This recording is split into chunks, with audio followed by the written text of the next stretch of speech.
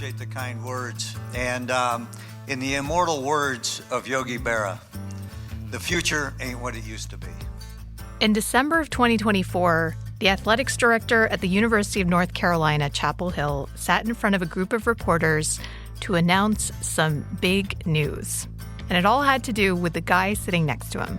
Please welcome the new head football coach at the University of North Carolina, Coach Bill Belichick. The university made headlines when they hired legendary NFL coach Bill Belichick to lead the Tar Heels football team. The decision instantly put a massive spotlight on the program, partly because of Belichick's previous success on the field and the hope he could bring some of that to UNC. But there was also the price tag of it all. Okay, so moments ago, we got our hands on Coach Belichick's contract. This is what everybody wants to know. $50 million over 5 years, and money made in the first 3 years is guaranteed. He's also eligible for up to 3... UNC in particular has now made a massive bet on one of the most famous people in football. It remains to be seen how that big bet is going to play out. The first season didn't go so well. But putting the scoreboard aside, why is UNC going all in on a celebrity football coach? You cannot fail at football. Football is the primary driver in athletics, so you have to be successful at football, so you put every available resource into the cash cow. I'm Anissa Khalifa. This is The Broadside, where we tell stories from our home at the crossroads of the South. With college football season kicking off soon, we're revisiting one of our favorite episodes. This week, we tackle how college athletics became a money-sucking machine and what it means for the rest of higher education.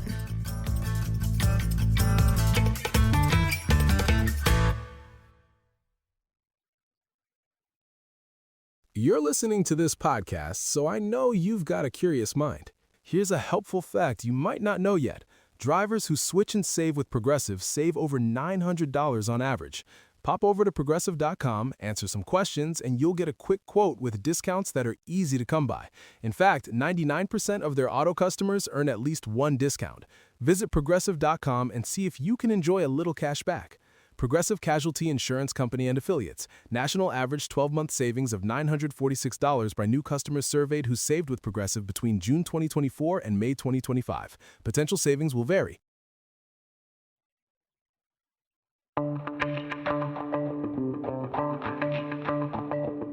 So, to start out with, can you fill in the blank in this sentence? The business of college sports is blank. It's more difficult and more important than it ever has been in the history of college athletics. Scott Dochterman is the national college football reporter for The Athletic. He's been covering college sports for 20 years, and over that time, he's noticed some big changes across the playing field. When you look at the way college athletics has changed in the last quarter century, it's gone from what I would consider kind of a mom and pop operation where the conferences mostly facilitated scheduling and rules to now generating revenue as their primary function. Making money has taken center stage in college sports. But in the midst of that, Scott noticed something else that didn't quite add up. Which is, why do the college athletic departments continuously spend basically every money they get, and why are they always crying poor? So he dug into the budgets from 16 different schools' athletic programs. Each of the schools came from what's known as a Power Four conference. Those are the conferences that carry the most clout in college sports. In other words, the ones that have the most money. Scott reviewed how much these schools spent and how much money they brought in over the last 20 years. And what he found is... it's never enough. You always want more. And whether you feel like you're comfortable, then you're uncomfortable because you're comfortable in college athletics. Scott says this push to want more and more is driven in large part by a fear of being left behind. There's an absolute level of paranoia at every institution with their rival. And when their rival is winning, they hear it from their donors, their fans, internally as to what do we need to do to be at their level, to beat them. And so they figure they need to acquire more talent in the coaching profession and spend to make sure that they're on a comparable level. And then they fear that if somebody leaves, that they're afraid that their coach is going to go to a different place. To that point, there's a quote at the top of your story that I think really embodies this paranoia well. A little more than 20 years ago, the University of Iowa became worried that their very successful football coach might leave. Yes, in the early 2000s, they became part of what the University of Iowa athletic director referred to as getting into the arms race. And he weighed all the options at that point in the 2004-2005 era. And his quote right from the beginning was, I don't know that a football coach should be making 5 times what a university president makes, but the only thing worse than being in the arms race is not being in the arms race. And therefore, Iowa decided to pay. And that was the risk that they wanted to take to ensure that they kept a good coach. And that kind of kicked off, to me, the arms race era in college athletics. This arms race has ballooned into some big numbers. Nowadays, in most states, the highest paid state employee is a head coach of a football team. We know what it was like 20 years ago where I think, there's a coach or two that they got in the arms race at $3.5 million a year, and that seemed astronomical, and now that would be economical in today's period. And it's not just coaches' salaries. Spending is up everywhere from facilities to travel. On average, the athletic departments Scott reviewed more than doubled their expenses in the last 20 years. But at the same time, their revenue has actually kept pace with that rate, or exceeded it. So it's basically 1 for 1 in the amount of money that's generated and spent in college athletics. And it's open to interpretation whether that's a good thing or a bad thing for amateur sports. But regardless of your opinions, this is what is happening. And is this like across all college sports, or are there particular sports that are kind of sucking up all the oxygen here? Football is the primary driver in athletics, and men's basketball is number 2. But specifically to football, it generates on most campuses for most athletic departments at a minimum 75% of the revenue, if not close to 90 at some places. Wow. So there is a focus on ensuring you cannot fail at football. I mean, when you have some places 100,000 seat stadiums, the media rights revenues are 90% football driven, if not more, at most universities and most conferences. So you have to be successful at football. So you put every available resource into the cash cow. One of the schools in Scott's breakdown was UNC Chapel Hill. Over the last 2 decades, their athletic department has seen total expenses jump more than 150%.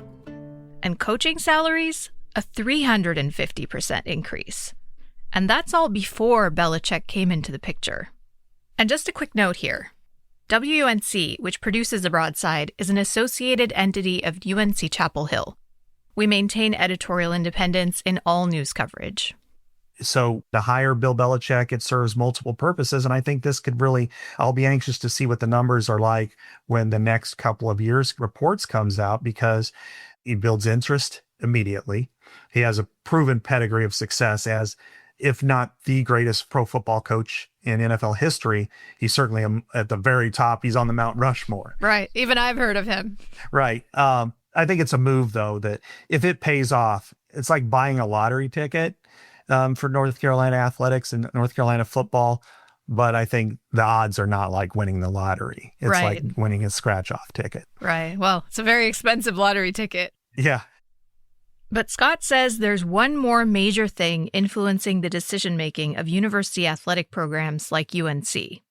A recent bombshell settlement with the NCAA. And a federal judge approving terms of a huge $2.8 billion antitrust settlement that will change the way college sports have been run for more than 100 years. Here's the snapshot. They can spend up to $20.5 million paying student athletes through the university, which of course was a major violation up until July 1st. So that is a major expenditure that's now going into it. The 119-year amateurism model in the NCAA is dead. It's over. Everything they based everything on the last 120 years is gone.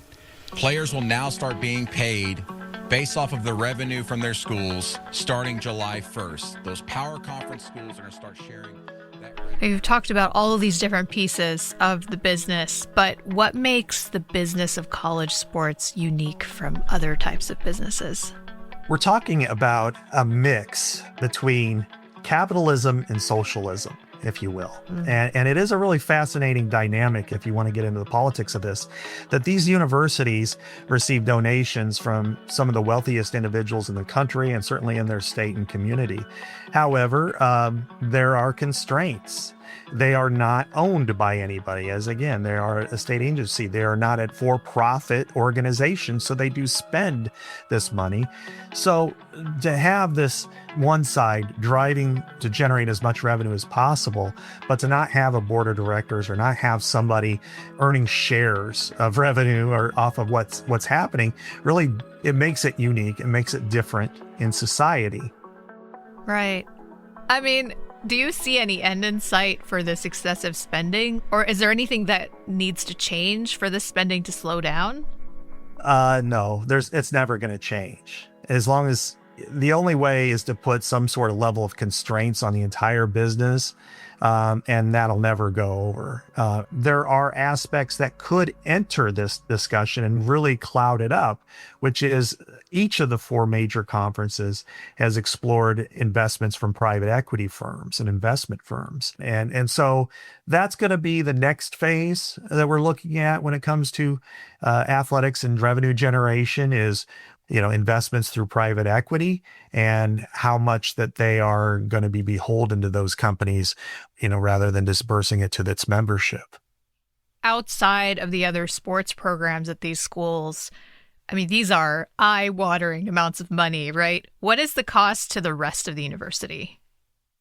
That's a great question because it's kind of a symbiotic relationship in some ways, because college athletics is referred to as the front porch of a university. That's how you get 100,000 people on your campus, is to go to a football game, or 20,000 people to a men's or women's basketball game.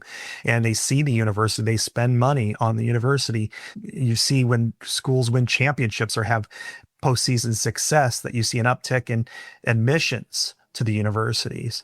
So they are a great benefit to every single school in this way. And I don't think it's negative.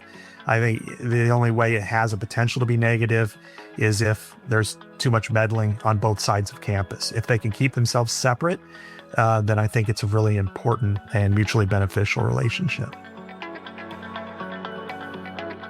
But what happens when athletics and academics don't stay separate? That's coming up after a short break.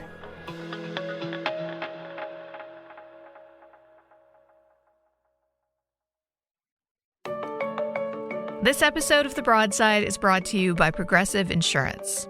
Do you ever think about switching insurance companies to see if you could save some cash? Progressive makes it easy. Just drop in some details about yourself and see if you're eligible to save money when you bundle your home and auto policies. The process only takes minutes, and it could mean hundreds more in your pocket. Visit progressive.com after this episode to see if you could save. Progressive Casualty Insurance Company and Affiliates. Potential savings will vary. Not available in all states.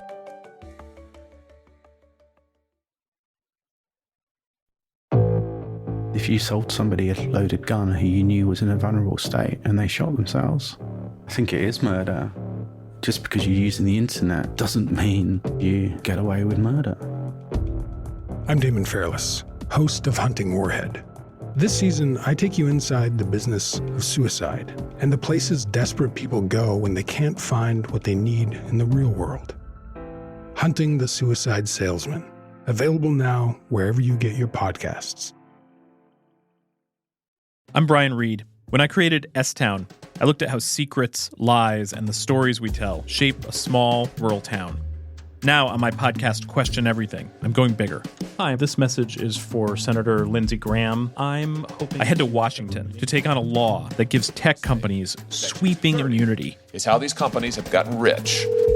Senator Durbin's office. Join me as I go after big tech on Question Everything from Placement Theory and KCRW, out Thursdays, wherever you get your podcasts. Insurance isn't one size fits all. That's why customers have enjoyed Progressive's Name Your Price tool for years now. With the Name Your Price tool, you tell them what you want to pay, and they'll show you options that fit your budget. So whether you're picking out your first policy or just looking for something that works better for you and your family, they make it easy to see your options. Visit Progressive.com. Find a rate that works for you with the Name Your Price tool. Progressive Casualty Insurance Company and Affiliates. Price and coverage match limited by state law.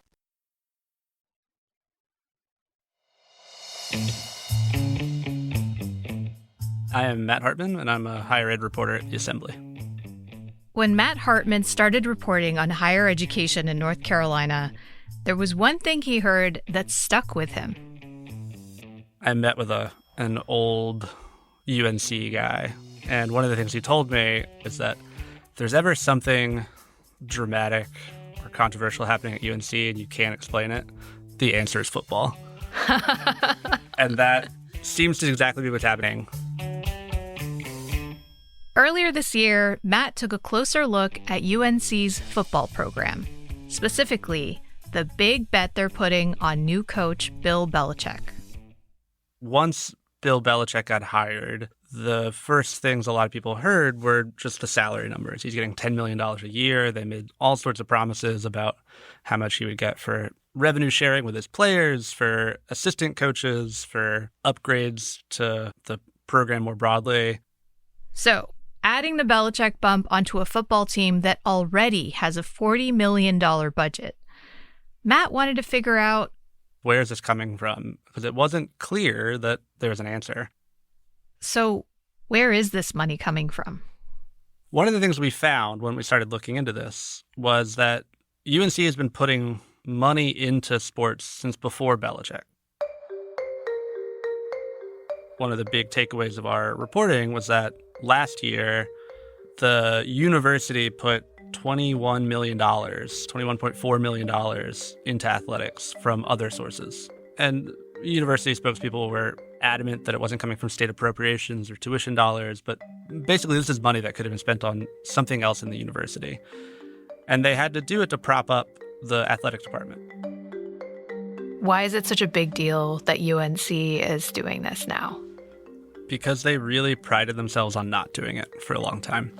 Some of the figureheads at UNC, the beloved figureheads, including Dean Smith in particular, really made a big point about keeping academics at the forefront. And so to pull money that could go to something else, to a lab, to a scholarship, and put it into athletics is a signal of a big change. To be clear, UNC is far from the only school putting institutional funds into athletics. Matt pointed out that other, quote, public Ivies similar to UNC have been doing the same thing, to varying degrees. But what stands out is how much UNC has put into sports recently. Matt says in the 2010s and early 2020s, the university only put about $2 million a year into sports. To go from that to giving $20 million, $21.4 million in a year is a big change.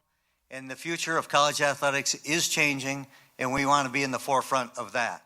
This is UNC's athletic director, Bubba Cunningham, at the press conference introducing Belichick.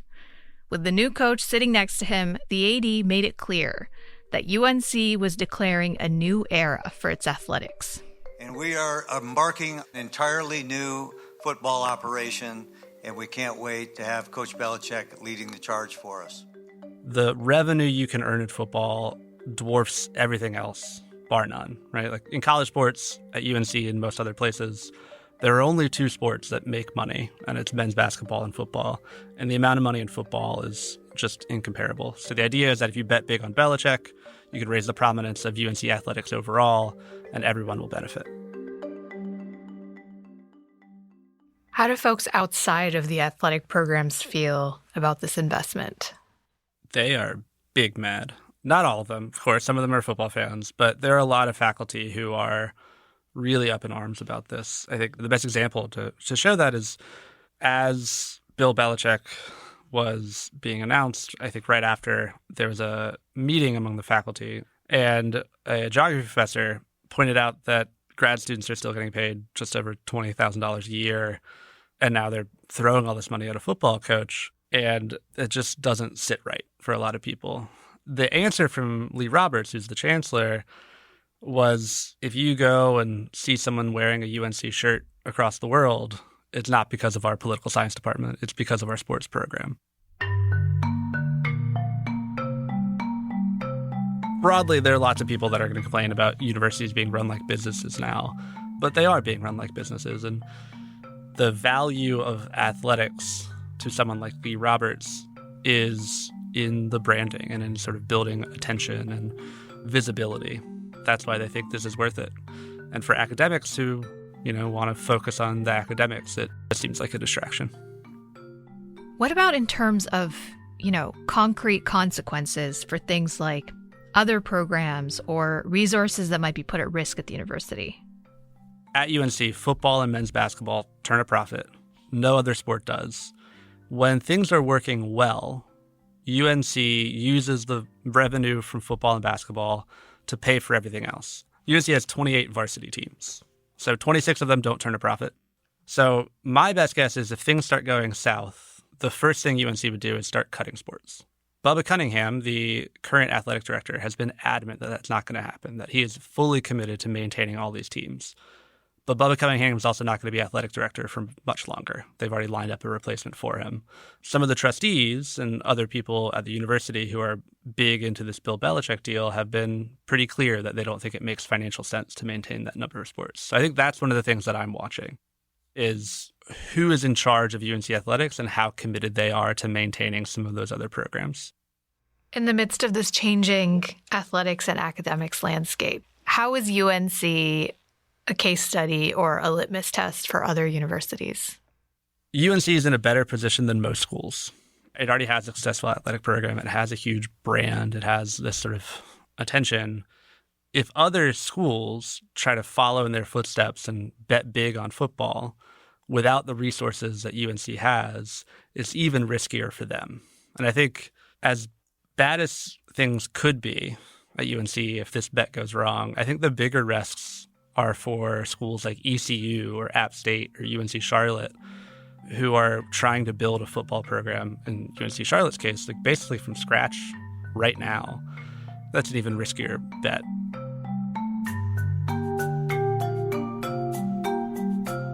The college football season is just getting started, and only time will tell if UNC's bet pays off.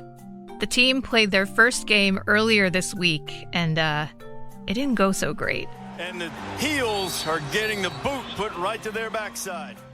All the Bill Belichick hype and promise, that's all up in the cloud now. It's all up in smoke. After last night's debacle in Chapel Hill, I really don't know how else to describe it. It was a disaster. Last night was a disaster. Sure. It was the worst case scenario for North Carolina. Mm-hmm. Okay, full stop. But no matter their record, the Tar Heels will likely remain in the spotlight, thanks in part to an upcoming Hulu docuseries on the team. Are you going to watch the Hulu series on the team? Yeah, I probably will. You sound so unenthused.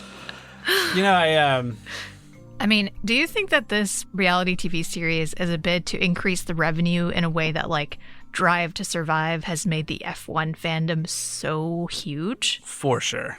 This deal will crash or thrive based solely on media attention. And so if they can maximize that media attention and turn it into dollars, UNC is getting what they want out of it. It seems like that would require on-the-field success, but you would think. Yeah, maybe the reality show of a bet going wrong will turn into a smash hit in a different kind of way.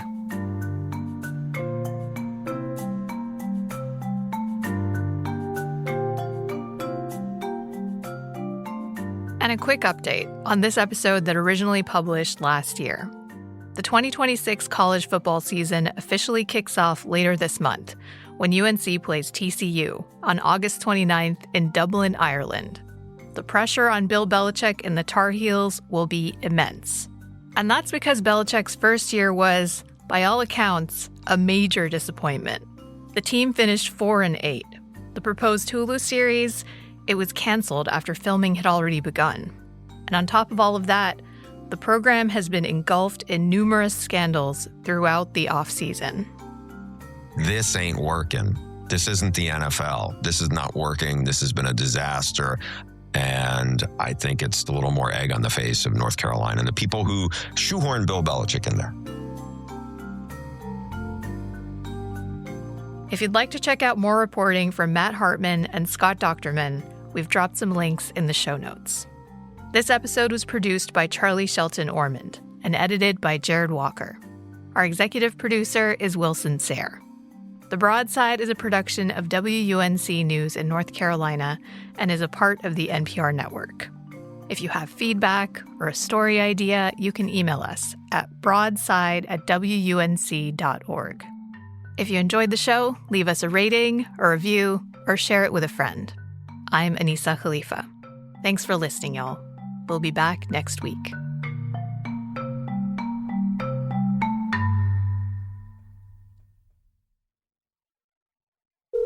Hello, and welcome to Pluto Phone. If you know the name of the movie you'd like to see, just stream it for free on Pluto TV, where all your blockbuster favorites are landing all summer long. Catch Anchorman, The Legend of Ron Burgundy. Fantastic. The Matrix Trilogy. Welcome to the real world. Mean Girls. Shut up. Titanic. I'm the king of the world. And so much more. For showtimes, press nothing. They're free 24/7. That is so fetch. On Pluto TV. Stream now. Pay never.